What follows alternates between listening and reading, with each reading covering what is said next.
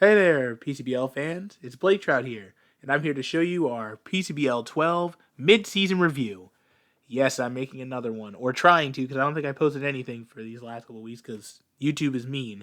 So, I'm going to pretty much go into a fresh explanation. For the first 10 or so minutes, I'm going to pretty much talk about how we're doing, and then we're going to talk about how the rest of the other teams are doing, with a simple power ranking setup of how every team has done so far halfway through the season. So let's start with us. So we're 5-1. I don't know how, and I'm not even gonna question it. So far, I've been playing this game for so long, as so tight knit and wanting to just win it all. And now, when I don't care, I'm doing well. Okay. I mean, at this point, it's chill. I'm actually having a lot more fun. This is probably my favorite season just for all the stuff I got to do. And as you see here, I have our list of Pokemon and how they've done. And I'll explain how each one has sort of been doing as of late for the first 6 weeks. Mega Gardevoir. I have used you never. I think I realized that using offensive Megas is just a different type of art style I just refuse to do. And sadly, you have to go. But, luckily for us, for week 6, you helped clutch up against Bisharp and took out the unbeatable. So you are a G. Even though I only brought you to 2 games. Walking Wake. For my first round pick, honestly, you've been doing pretty much as well as I could expect. Having to build around you is tough, but honestly, you haven't done too much as of late for kills. I mean, I think... Oh, wait, I mixed this up. Oh, whoops, that's supposed to be 3 deaths, 4 kills, and 5 games played. Alright, fixed it. And to be realistic, 4-3 and with a +1 KD diff is okay. I mean, I wasn't expecting too much. Honestly, I was thinking Walking Away was going to be that Pokemon's going to be like running away as like the ultimate kill favorite. And as I said in the draft analysis, if I even was able to post it, probably not. I was kind of going with the fact that I don't think any of the top Pokemon that I picked up for like the first 5 or 6 rounds are going to be like my major killers. Like, I feel like the kills are going to definitely be spread around for this season. And I was kind of right. Heatran, I picked you up for a nostalgia pick, and because you're the only fire type in my mind that I just know how to utilize in every way I want, barely utilized you. Half the season you have not even been used. And to be honest, I don't regret this. I feel like Heatran's done its thing. It's got 2 kills, 2 deaths. Sneakily getting 2 kills, though. It doesn't do too much, and it hasn't really been the reason I lose games.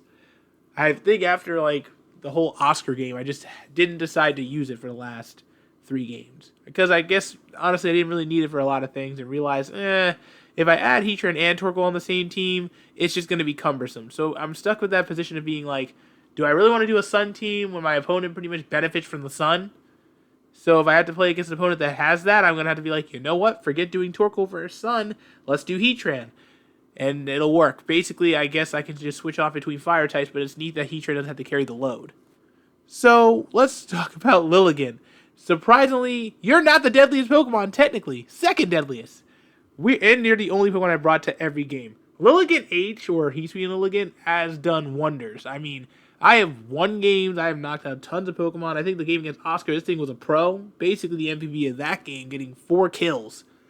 And, honestly, Sleep Powder combo is pretty nice. It does put a lot of Pokemon stock in their tracks. It does get Flying type coverage, which is pretty cool. Victory Dance is kind of busted, but I didn't get to do too much against William like I wanted. But it's okay. Plus, it's already an above-average speed-based Mon, so I don't have to really focus on putting the Sun on it. The Sun is just an added bonus if I really need to outspeed stuff. Problem is, though, my opponents have kind of adapted, but not adapted at the same time. I think it just depends on who I'm playing against and if using the Sun makes sense. And speaking of Sun, my son, Torkoal. Yes, the deadliest Pokemon on my team. A 8-point Pokemon that I've gotten for 8 points. 7 kills and 5 deaths. It's gotten kills for 3 straight games so far. This Pokemon's gotten 3 kills because of a Stealth Rock death, Toxic death, and a Lava Bloom. Honestly, Torkoal is pretty nutty. I already kind of planned out how I have it, and it did more than I expected. When I realized that, honestly, you gotta just make it max defense or give it like a Rocky Helmet against physical attackers you know are a problem. It'll eat it. Heck, it'll even eat physical attacking moves like water type moves. it automatically shuts down water types better than I really would expect. Even though water doesn't do too much to me, it just is lovely. Umbreon, though, hasn't been used too much or too well. I mean, it's not one kill, which is cool, but it did get cooked twice for 2 straight games. I basically was just setting it up for failure at this point where it just gets cooked by Pokemon. I'm like, oh, it shouldn't have close combat, but apparently Toxic Boost close combat kills it. Honestly, Umbreon's meant to be my massive special wall. That was the whole point of it, and the fact that it was all supposed to be a cleric, but we kind of are going to change that. We'll get to that later. Honestly, I still think this Pokemon's pretty good. For a dark type, it's like, I wanted to get Ting Lu because I wouldn't have gotten Umbreon and Mamoswine without Ting Lu, but again, sniped.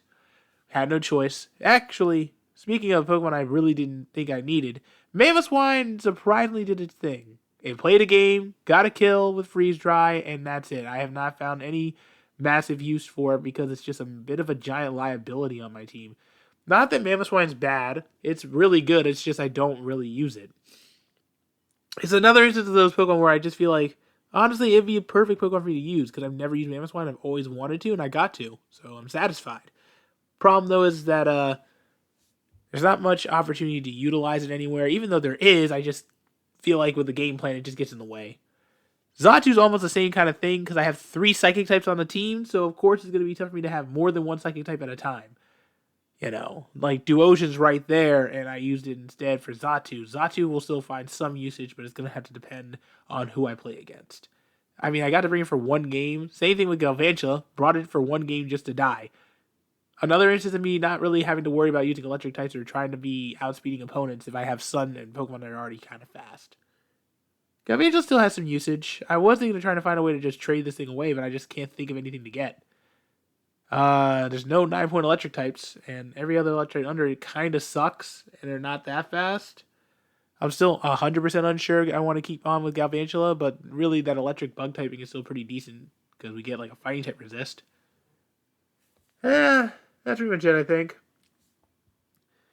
Oh, look, Tauros Aqua. I was so happy getting this Pokemon because I was so scared I was going to get sniped out of it. And you want to know what's really funny? I think this Pokemon is really one of our best options. Look, it's got 6 kills, 3 deaths. Ain't it wild that week 1 it got like 3 kills, and it kept sneakily getting kills every week. And it kind of saved my butt a little bit sometimes. It's just like you give it Intimidate and give it a Scarf, and it just starts taking lives. Or you do Abandon and start doing that. Or do a bulk up set with Aqua Jet and do that too. But I got O-Code by, what was that thing's name? I got O-Code by Scarfed Pelipper. That was crazy. I can't even get mad at that. That was just a good set. But Aqua Tauros is, again, a Pokemon where I thought that, like, hey, my back half, the back 5 are going to matter the most, and they have. Here's another Pokemon that's been crucial at me getting wins, and that's Corsola Galarian. Yes, a Pokemon with 4 kills and 2 deaths. 4 kills! And honestly, thanks to Nico, it got 3 kills out of nowhere. Plus, this Pokemon was very key at me beating Bisharp, because, let's be honest, Strength Sap is now one of my favorite moves in the game. Goodbye Scald and Knockoff and Ivy Cudgel. Hello, Strength Sap. Another move that I just think is my favorite. I mean, it's just so good. Take away strength and get health back, especially against a physical attacker. Honestly, I think it's pretty awesome. I'm very content with this Pokemon. I ain't trading it for anything. And it also is great at being a spin blocker. It's also great with just getting a fight type resist. It's also one of my Terramons, so I can tear into whatever I need to just secure the win.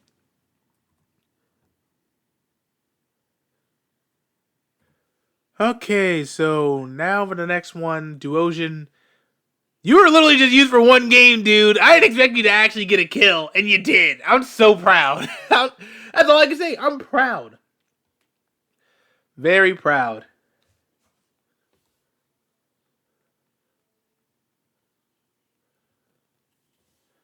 Otherwise, I don't really know. I don't think there's anything else I want to talk about. Because, sorry, y'all got to pack your bags. Duosion, Gardevoir, Mamoswine, get out. Because I got 3 new mons. Yep, I made a trade. Right near the end of week 6, so it can be effective this week for week 7. So I got Mega Autono, Necrozma, Alolan Muck. Basically, I can explain why I wanted each one. Offensive Megas just aren't my thing. Okay, I needed a Fairy type still, but I needed a Mega that was also extremely cheap so I can actually make a giant overhaul. Honestly, when I think about it, Mega Gardevoir hits extremely hard, doesn't take too much damage, and it can get cooked if it wanted to. Going for Mega Autono just made the most sense, because honestly, it's cheap. It's honestly got its own thing where literally it just has max of defenses, and I've used this thing before in Season 6. Remember Season 6? That was some good times. And honestly, I would think about it. It also is going to be another really good cleric that's like guaranteed. But it might not need to be brought sometimes when I have Umbreon right there, depending on what my opponent is doing. That's at least something I know. Also, it lowers the amount of weaknesses they have by a lot. We not only get rid of our Ghost typing issue. What was it? Ghost type issue. And that's pretty much it. We get a whole Ghost immunity on top. 2 weaknesses that are coverable. And Mega Autono has a lot more bulk and a lot more uses as a cleric, which we kind of do need.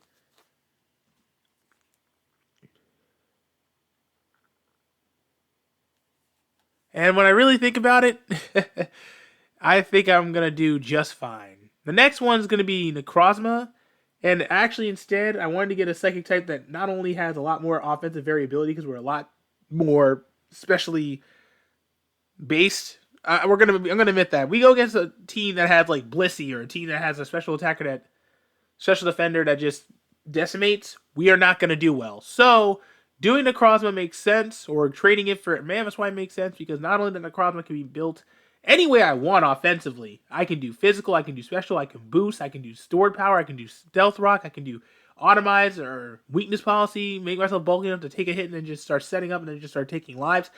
Necrozma was great, and it's shocking that this Pokemon did not get picked up. I thought about getting it before and then just kind of teetered away from it because it's just like, it's too much of an albatross to make this contract work, so I had to just ditch it. But now with Necrozma on the team, I have now more offensive usability. I still have a fighting type of resistance, and the weaknesses are kept to a minimum. Then we have Alolan Muck. My massive issue, where I think my weakness where I got exposed by Oak, was throw some Toxic Spikes on there. He has nothing to stop that. If he has nothing to stop that, right? Alolan Muck gives me a Poison Dark type. Poison Dark type is pretty good. Great typing that only loses to one type that, hey, wait, we kind of cover, right? Or we're not totally screwed by it. And the neat thing with Alolan Muck is that it also can do Toxic Spikes if it wanted, I think.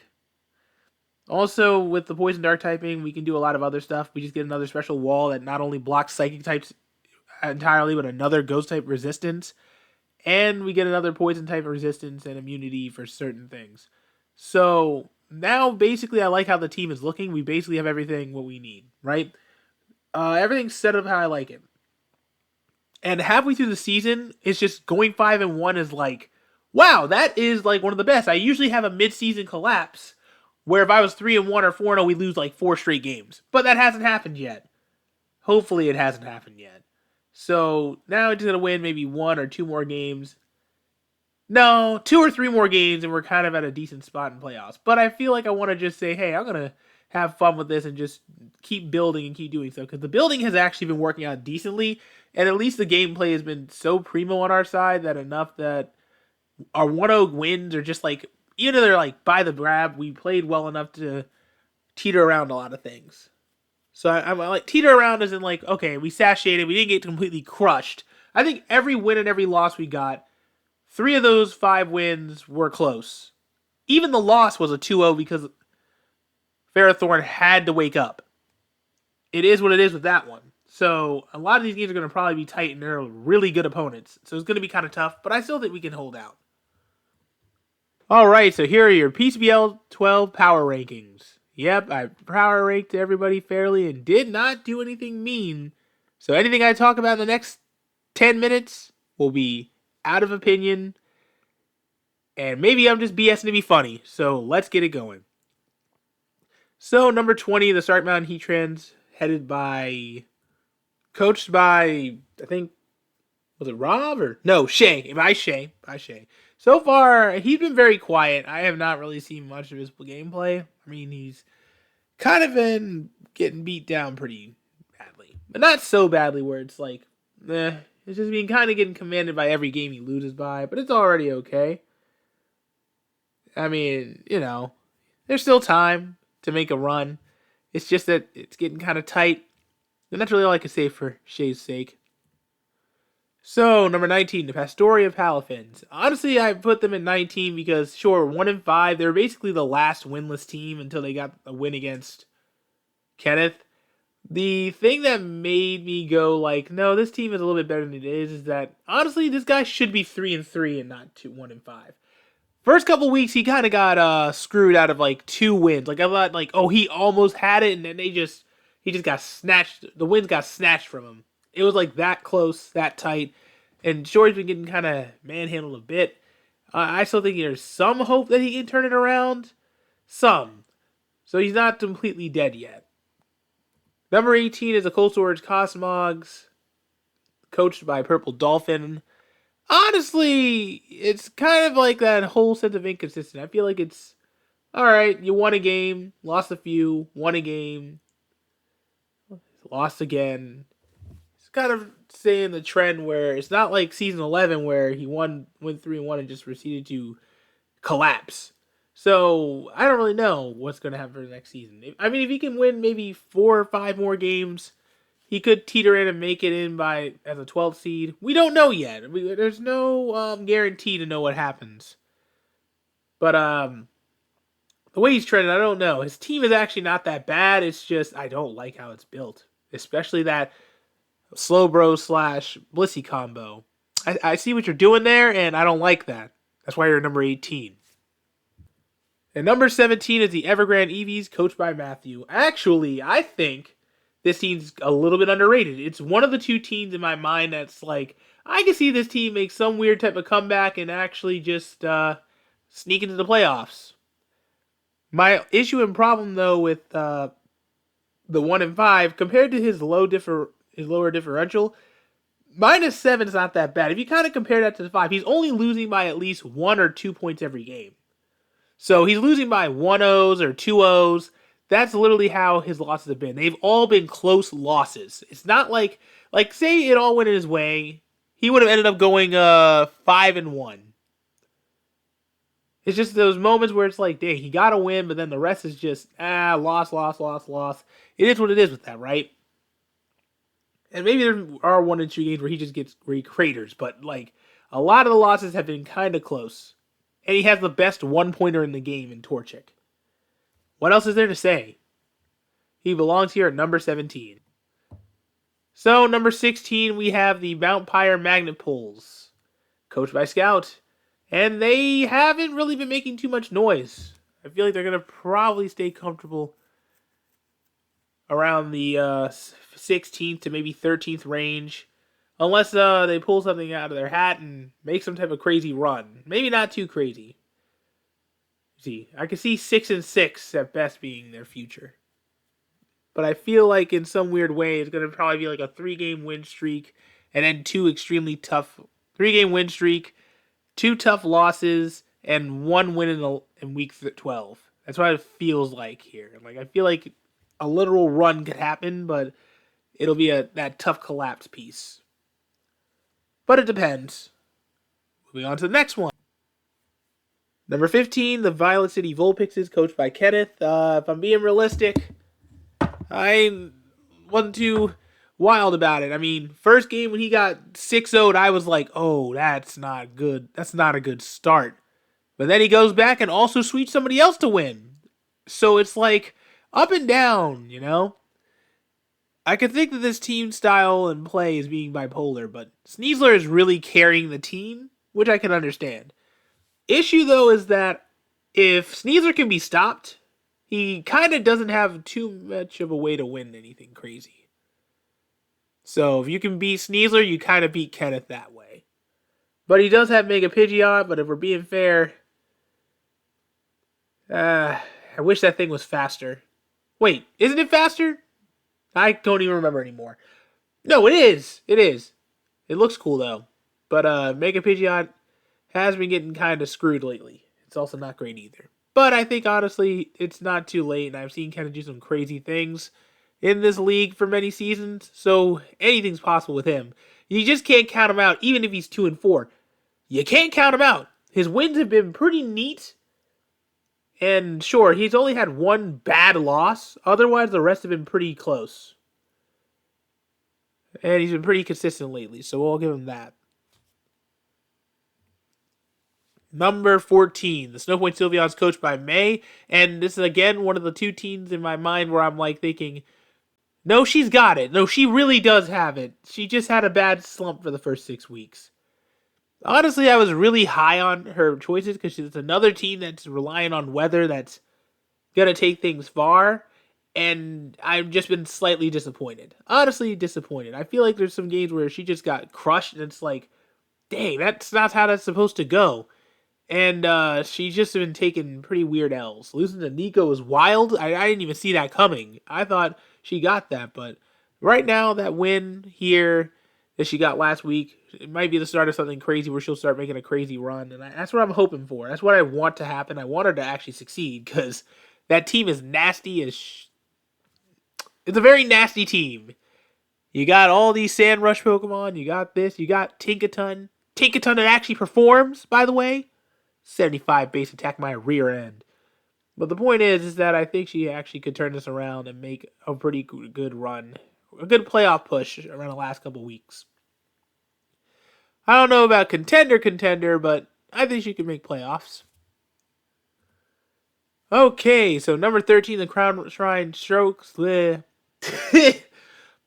Crown Shrine Slow Kings. See, this is... Dang it, Oscar, change your team name. So, coached by Oscar. Honestly, he's had some crazy games.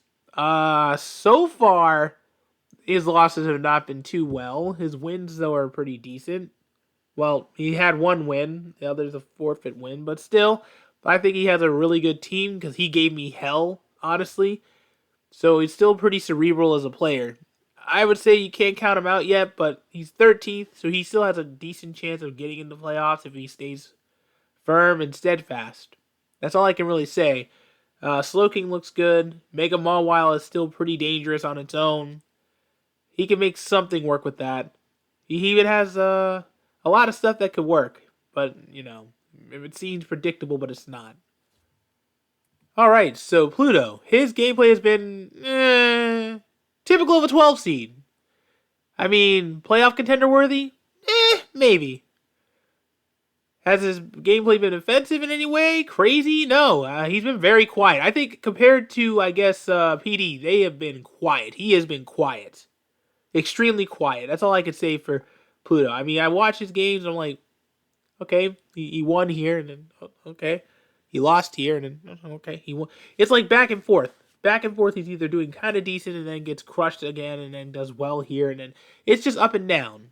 I think compared to like what I thought with just how Kenneth started out, it's the same thing. So far, 3-3 -1 is not that crazy, but he's not really streaking either. It's like if he falls into a slump, I wouldn't be surprised.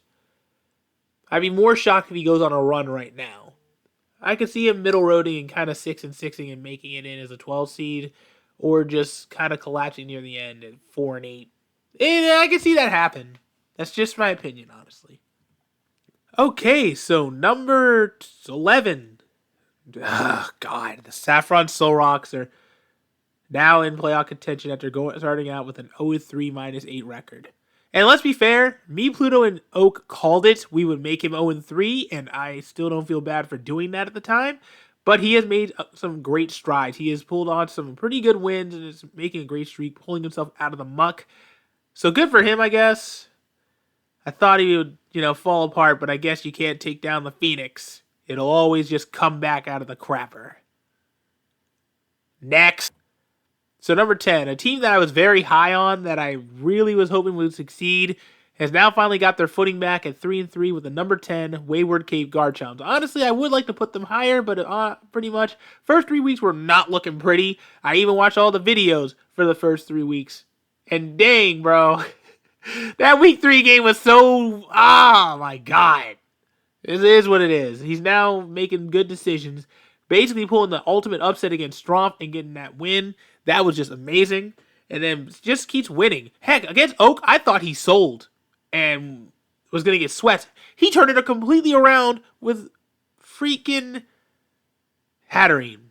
I'm happy. I'm proud. I'm very proud. So I really hope he keeps this run going and makes it to playoffs. Maybe win the whole thing if he could. It'd be nice just to see him succeed pretty much here, because He has a really good team. He's even made a couple trades so far that has made his team a bit more malleable to use or something that he's more comfortable with. And I fully hope that works out for him. All right, another team that's number 9, the Frost Tavern Crokies by Elliott.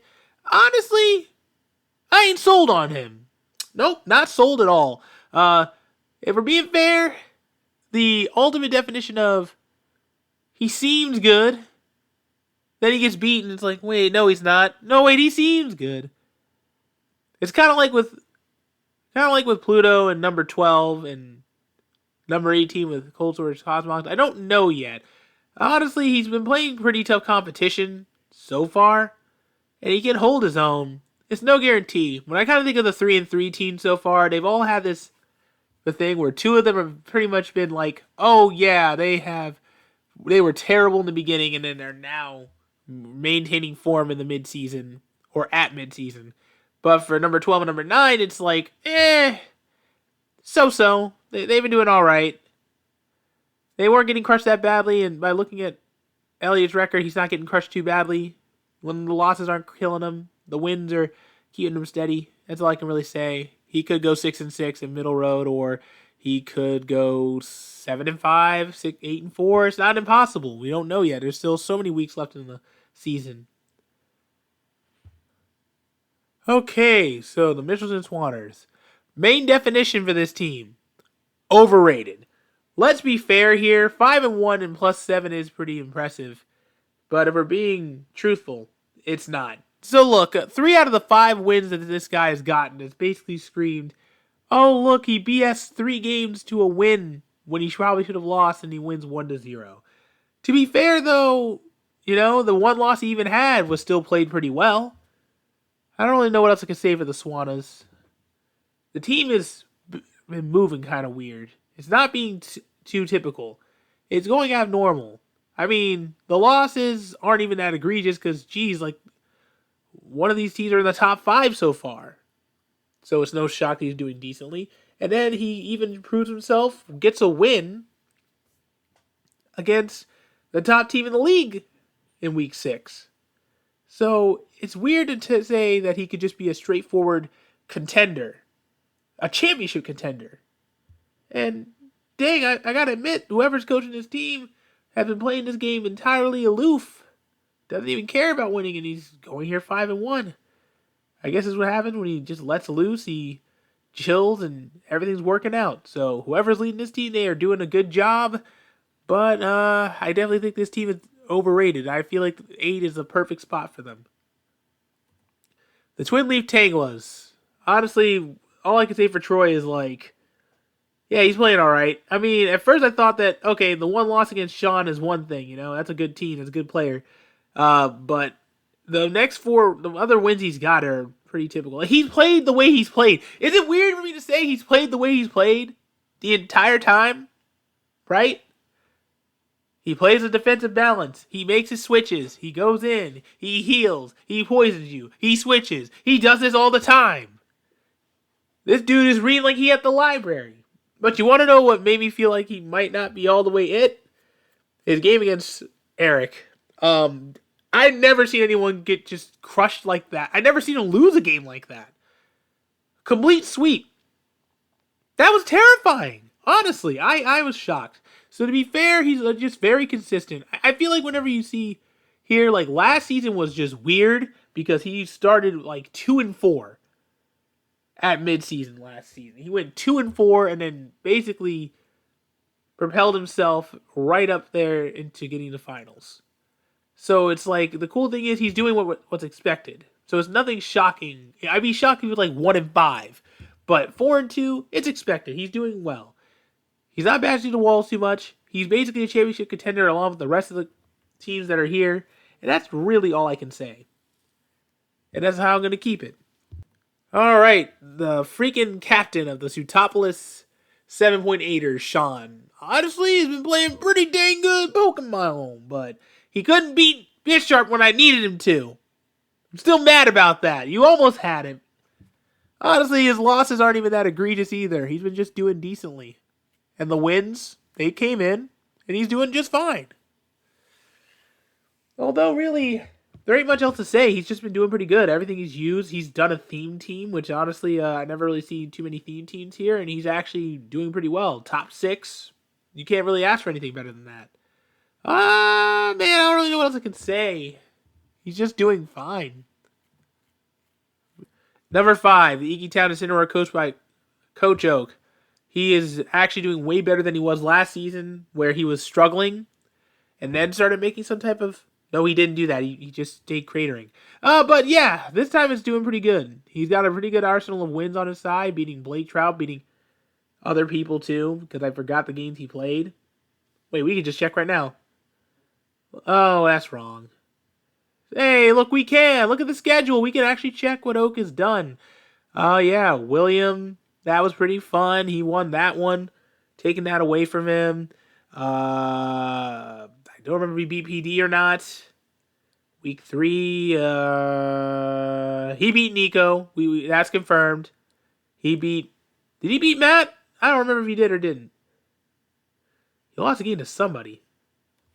I know he lost to Dread. That was pretty tragic. But if we're being fair, he actually was doing pretty good for a while. He still is. Sure, that loss to Dread was something that was unexpected while he fumbled away the lead. It's cool. He still got 6 more weeks left and just needs to win a couple more games to give himself some decent playoff contention. But enough about the top 5 teams. Here's the top 4 teams. So the He-Hea Hoot Hoot. I don't think I said it right. Coached by Rob, he's actually been doing pretty good. He's been winning pretty handily.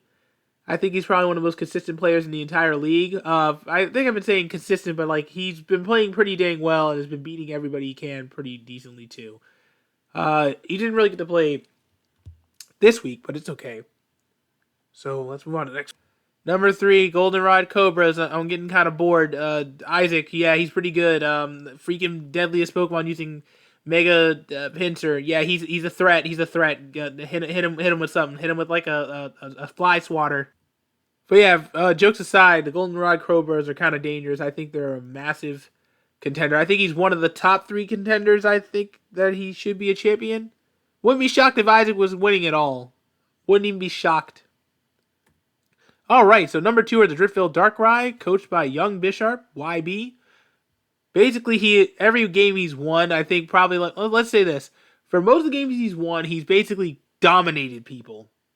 He has swept, he has crushed, and that is what he's been doing. The only time where that has not worked has been the last 2 weeks, which has been a little sus lately. I mean, against Sean, he barely pulled off a 2-0 win. That was concerning. It showed he was somewhat invincible. Then the 1-0 loss against Blake Trout, a lot of mistakes were made. That's all that can be done and said. But he's still one of the best players in the league so far, and honestly, I could see him maybe being another possible championship contender or maintaining his top 4 placement all the way through the rest of the series if anyone can stop his sweeping. And to finish it off, we have the Mount Silver Menses, 5-1 plus 11. Yeah, he's the most dangerous player in the league. We basically let this man get not only Chien-Pao, but freaking Annihilate. I swear, I thought I was going to give Annihilate for the meme. Just because of the 17-point mono would be a giant albatross to my team. No, we all let him do this. This is a warning. This is not a warning. This is a literal criticism on everybody. We let him do this. We let him get this. You know his only loss is by hacks against Dread? We're going to be honest. That's it. That's his only loss. Otherwise, he's been dominating everybody. Beating everybody. You see what he did to Troy? No. And I got to deal with that week 8? What y'all doing to me? Y'all really killing me with this. I got to deal with Isaac and him? That's not fair. Okay. Anger aside, yes, this guy is good. Yes, this guy is dangerous. And he honestly might be looking to repeat because I don't really know if there's anyone here that can just straight beat him now because his team is dangerous. Chien-Pao is near invincible and Annihilate could just take lives for no reason. And it makes me scared. I am scared. So that pretty much just ends it for the power rankings and the rest of the midseason review. Honestly, I would do something like predicting what teams would do. Honestly, if I had to choose like teams that would probably stay in playoffs or say the top 4, I think it might be at least Eric. Actually, I'm just gonna say it. Basically, this team, this team, this team, and I think this team. Actually, no, this team. I think it's gonna be these four. Then the rest that are basically going to be championship contenders are all these guys here. Playoff chances, or I think people that have hope, these 7, and that's pretty much it. So luck be with you all for the next 6 weeks. See you guys during the I guess Haters Guide to Playoffs or something.